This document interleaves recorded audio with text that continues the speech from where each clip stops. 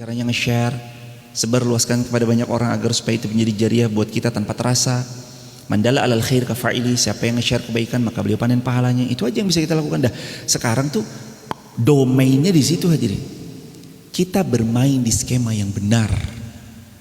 Yaitu saat kita bilang kebahagiaan itu akan datang kalau saya terus berbuat kebaikan. Belum sekarang mungkin, belum besok, belum lusa, belum pekan depan, belum bulan depan, tapi semua cerita yang sudah terjadi ini sedang menuju takdir terbaik yang Allah siapkan buat saya dan sudah ada di atasnya saya. Nabi Muhammad SAW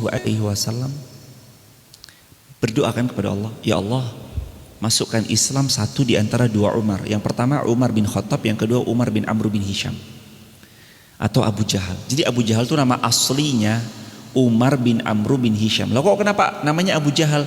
Ya karena dia berkuasa, dia orang top, dia orang berpengaruh, nggak mau Islam. Padahal kalau Abu Jahal Islam, satu Mekah Islam. Abu Jahal nggak mau Islam, ya satu Mekah nggak mau Islam. Itu kan namanya Abu Jahal, bapaknya kedunguan. Makanya diberi gelar Abu Jahal. Bapaknya kejahilan, bapaknya kedunguan. Ketika Nabi SAW berdoa, ya Allah masukkan salah satu di antara dua Umar. Siapa yang masuk Islam? Umar bin Khattab.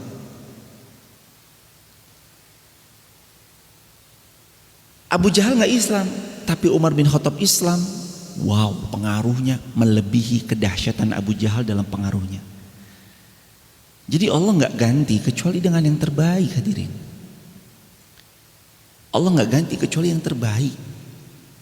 Kalaupun ada di antara hadirin punya satu circle tertentu dan ternyata circle-nya ini kemudian berpisah, jangan khawatir, Allah pasti berikan ganti yang terbaik dan lebih baik. Dan biasanya orang-orang yang Allah datangkan kualitasnya akan lebih baik daripada yang pergi meninggalkan. Kalau itu manusia, kalau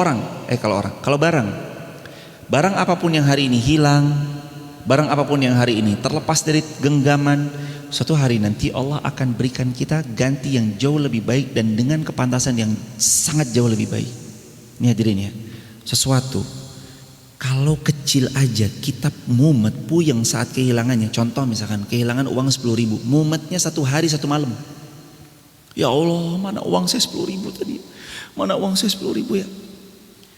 Berarti saat beliau nanti kehilangan uang 1 juta tambah mumet. Tapi kehilangan uang 10.000, ya sudahlah, saya kurang berinfak, introspeksi diri. Kehilangan uang 1 juta, ya Allah, saya belajar ya Allah agar saya lebih berhati-hati lagi.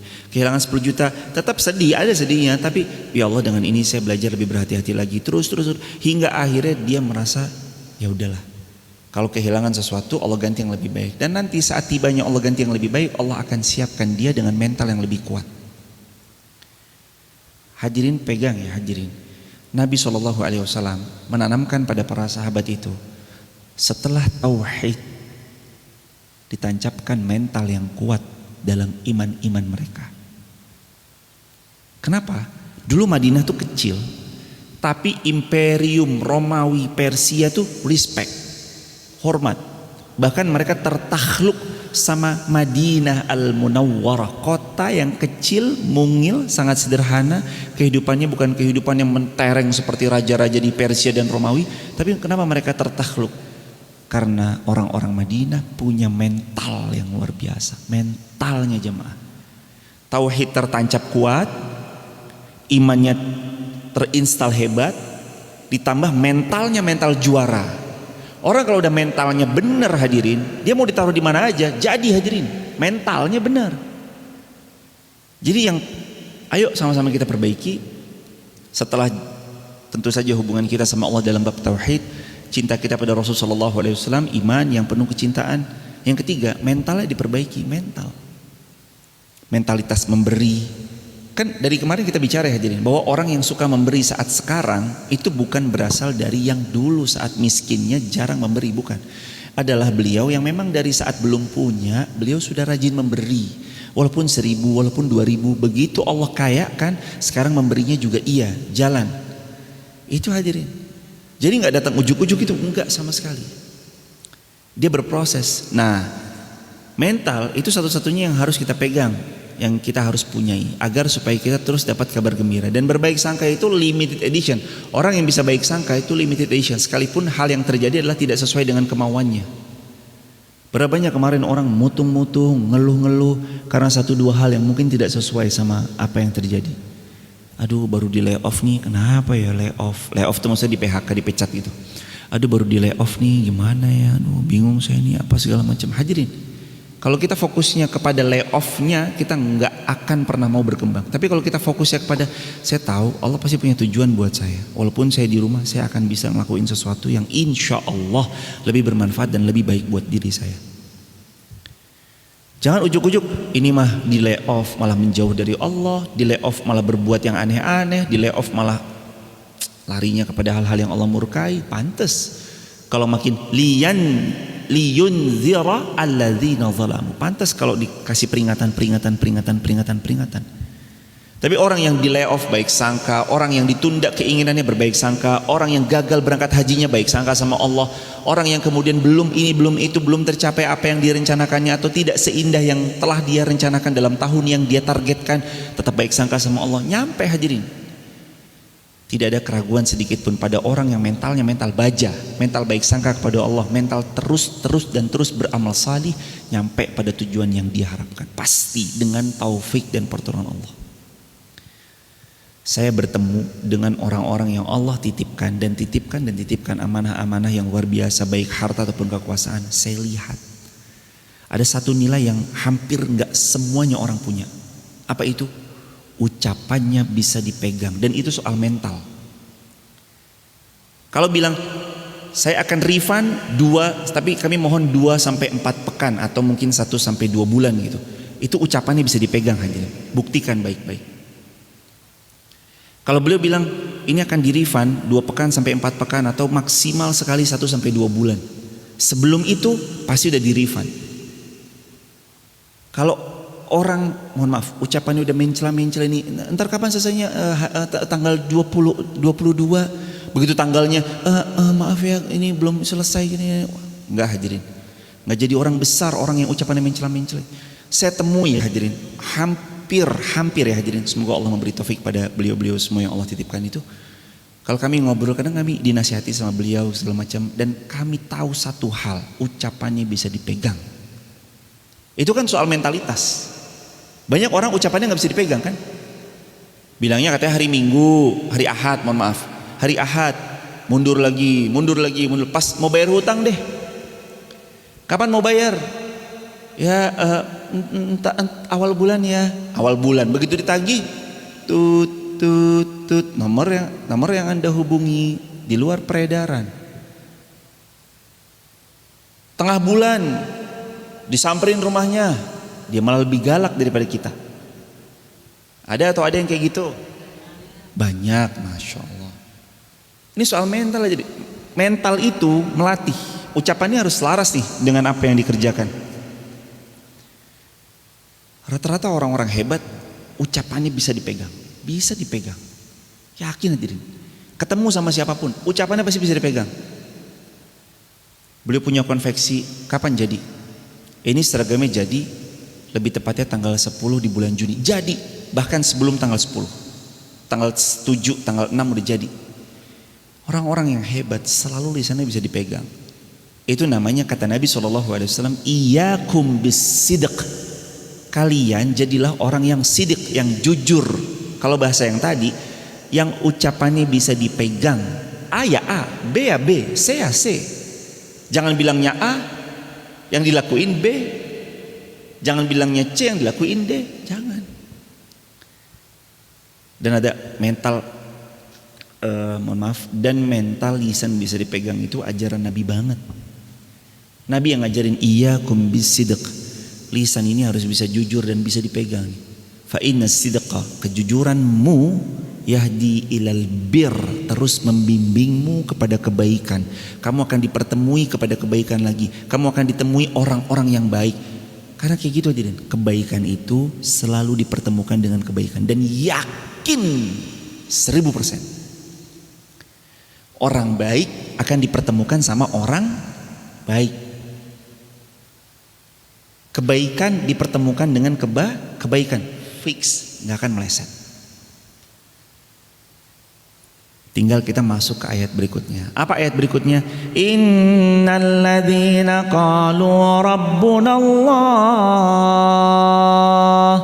tsumma istaqamu fala khaufun alaihim wala hum yahzanun.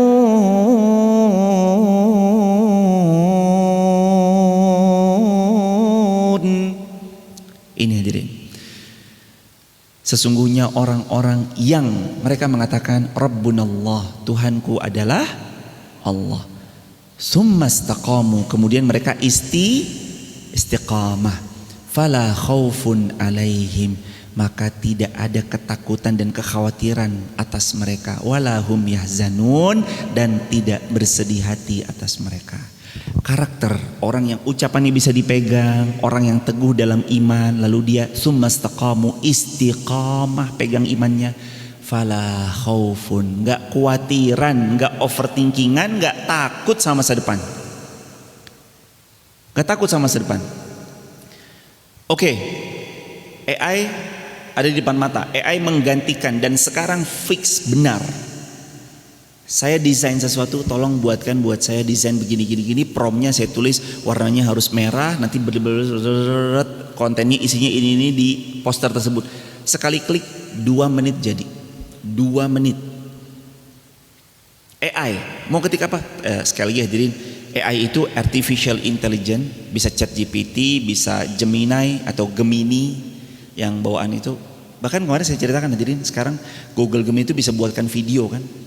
Tolong buatkan video untuk saya, durasinya 8 detik. Buatkan video untuk saya begini-gini, ada nenek-nenek ngomongnya begini misalkan gitu. AI akan menggantikan semua, kita semua tergantikan oleh AI. Tapi orang-orang beriman mah nggak khawatir. Dia tahu, oke, walaupun masa depan itu ada AI yang siap menggantikan semua pekerjaan kita, tapi kita yakin rezeki kita Allah yang takar tidak tertukar. Tugas kita wajibnya ikhtiar. Salah satu ikhtiarnya adalah upgrade skill yang kita punya, skill. Upgrade nilainya diri kita. Makanya orang beriman tuh la khaufun, nggak takut. Ini masa depan akan seperti apa? Nggak takut sama sekali. Karena perubahan zaman tuh satu-satunya yang tidak bisa didinai, nggak bisa dipungkiri. Perubahan zaman tuh akan terus terjadi hadirin ya. Kitalah yang harus siap beradaptasi dengan secepat-cepatnya. Dunia ini makin cepat berkembang, cepat berotasi, cepat berputar. Kitanya yang harus beradaptasi. Mau tidak mau kitanya yang harus sering beradaptasi dengan dunia yang kian cepat berputar. Orang-orang beriman gak punya ketakutan karena mereka punya mental. Oh, saya harus beradaptasi bagaimana nih tentang masa depan. La khaufun itu, kata para ulama, ahli tafsir juga mengatakan bahwa 2. Khauf, kekhawatiran itu identik tentang masa depan. 2. Yahzanun atau hazn, kesedihan, itu identik menyedih, identik meratapi kesedihan yang terjadi di masa lalu. Orang beriman kedua-duanya ini nggak ada di dalam hati mereka. Kesedihan tentang masa lalu mereka enggak, mereka berdamai. Ya, masa lalu saya buruk kok, saya tahu.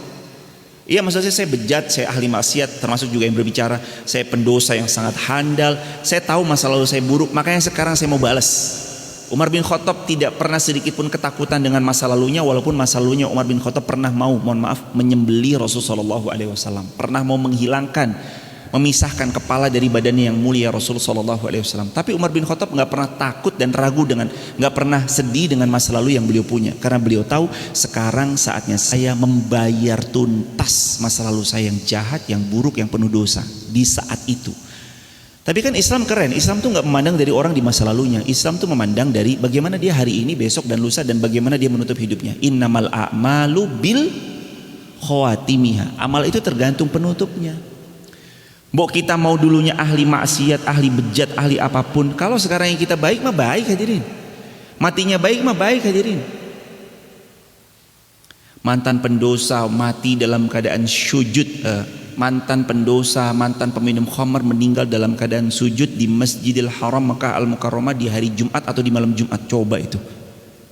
Jadi tagline berita, ya Allah, husnul khatimah, meninggal di malam Jumat atau hari Jumat, meninggal dalam keadaan sujud dalam sholat, di tempat terbaik Makkah Al-Mukarramah, di masjid terbaik Masjidil Haram, di waktu terbaik waktu sujud dalam sholat. Allahu Akbar.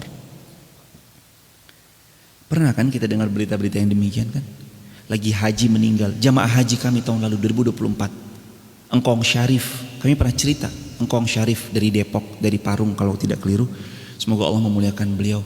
Setelah haji selesai, tawaf ifadah selesai, sa'i selesai, semua rukun-rukun wajibul haji tertuntaskan, meninggal dunia. Allahu Akbar. Kepulangan yang sangat diidam-idamkan hadirin. Allahu Akbar. Kita mau begitu kan hadirin? Ya jangan takut sama masa lalu, jangan khawatir sama masa depan. Masa lalu tuh nggak bisa dirubah, udah nggak usah diratapin. Tapi saya pendosa Ustadz udah tutup. Tapi saya pezina Ustadz udah tutup. Tapi saya periba Ustadz tutup, udah tutup hadirin. Udah kita nggak usah main-main lagi di masa lalu, udah kita berdamai sama. Tapi orang-orang nggak bisa move on Ustadz, ngata-ngatain saya, nggak apa-apa. Bungkam mulut mereka bukan dengan tangan yang kita punya, bungkam dengan apa amal soleh yang kita lakukan di hari ini. Udah gitu aja. Jangan membuktikan. Mereka mah benci aja hadirin. Ngapain? Salah satu hal yang paling sia-sia, ya mungkin saya bisa katakan gitu ya. Salah satu hal yang di klip ini teman-teman boleh diklip, disebarluaskan, dijadikan WA story. Salah satu hal yang paling sia-sia adalah menanggapi para pembenci. Itu sia-sia banget. Udah jelas-jelas dia membenci Anda, tetap Anda tanggapi, wah malah senang hadirin. Pembenci itu kalau direspon makin senang, abaikan aja. Buang-buang waktu. Mau diupdate status di story, nyindir-nyindir kayak mau ngupload di Facebook nyindir-nyindir, ngupload di TikTok nyindir-nyindir, mau ngupload di mana nyindir-nyindir, abaikan aja. Fokus aja sama kebaikan. Satu-satunya burung yang bisa mematuk elang adalah burung gagak. Tapi apakah elang sibuk menanggapi gagak? Tidak. Burung elang ketika ditumpangi sama gagak yang terus mematuknya, elang tetap fokus terbang semakin tinggi, semakin tinggi, semakin tinggi, semakin tinggi, semakin tinggi, sampai burung gagak itu kehabisan nafas karena nggak bisa terbang tinggi, hingga akhirnya gagak itu pun jatuh dengan sendirinya, tapi elang tetap berdiri berkibar di langit yang tinggi. Hadirin, semua kita tuh pasti punya episode cerita yang gak enak dalam hidup. Orang yang bicara aneh-aneh di belakang, para pengkhianat yang ternyata orang-orang terdekat, orang-orang yang tidak amanah ketika dipegangi uang dan segala bentuk macam-macamnya. Itu boleh jadi pernah hadir di hidup Anda semuanya. Tapi pegang baik-baik. Fokus bukan kepada mereka, fokus kepada diri kita sendiri. Kita mau jadi seperti apa? Mau dihantam, dibentur, dibanting kayak apapun, kalau Allah takdirkan ini akan mulia, mulio jemaah. Mau orang hina seperti hina-hina apapun, kalau Allah takdirkan iki wong bakal mulio, mulio jemaah.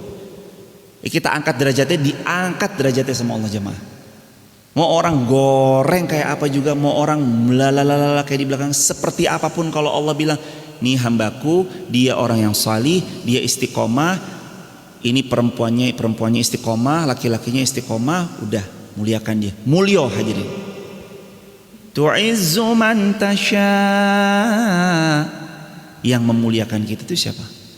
Allah, bukan manusia hadirin. Yang memuliakan kita itu Allah. Nih hadirin, mau dipoles seperti apapun, cantik, ciami, packagingnya wus, top, markotop. Tapi kalau Allah bilang hina dia, bakal hina atau bakal mulia? Bakal hina, walaupun di packaging dengan packaging mulia sekalipun. Jadi ini saya mengajak buat diri saya yang banyak dosa ini, yang pendosa handal ini, dan juga buat kita bareng-bareng, dan untuk semua hadirin guru-guru kami, kiai-kiai kami, ustadz-ustadz kami yang dulu mengajari kami di pondok. Mungkin kalau ada yang menyaksikan, mudah-mudahan ini ajakan kita bersama untuk gak usah ratapi masa lalu. Udah, masa lalu kita buruk, ya udah tutup. Orang beriman tuh begitu. La khaufun alaihim. Gak ada kekhawatiran masa depan, karena dia tahu masa depannya dalam genggaman Allah dan Allah takdirkan yang terbaik. Walahum yahzanun, dan dia gak punya rasa sedih meratapi masa lalunya. Ya, Masa lalu saya jelek, Allah mudah-mudahan memaafkan saya, dan Allah mudah-mudahan izinkan saya bertobat sebelum wafat. Dah gitu aja jadi. Terus terakhir, ulaika ashabul jannah. Mereka itu para penghuni surga. Ternyata penghuni surga itu begitu karakternya. Beriman, istiqomah, gak takut sama masa depan, gak sedih sama masa lalu yang dulu pernah terjadi. Itu orang-orang yang ahli surga itu begitu ternyata. Ulaika ashabul jannah. Mereka itu yang ahli surga, hadirin.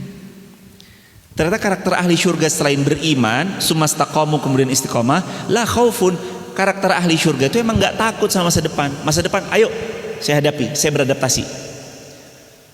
Walahum yahzanun.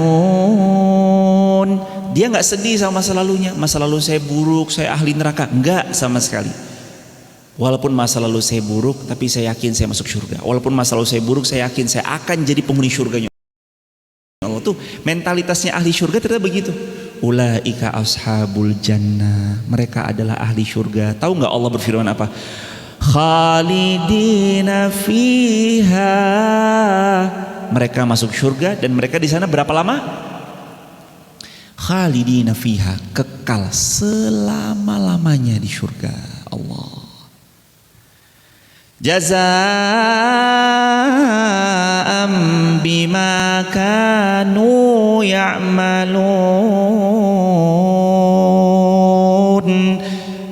Mereka kekal di dalam surga sebagai balasan atas apa yang telah mereka kerjakan, lakukan. Ayahanda, ibunda, sahabat semua, ahli-ahli surga semuanya. Jamaah TikTok, jamaah YouTube, jamaah Instagram, jamaah Facebook, ahli surga semuanya. Jamaah WhatsApp, ahli surga semuanya. Wahai para ahli surga, tinggal nunggu mati kita masuk surga jemaah. Tinggal nunggu mati.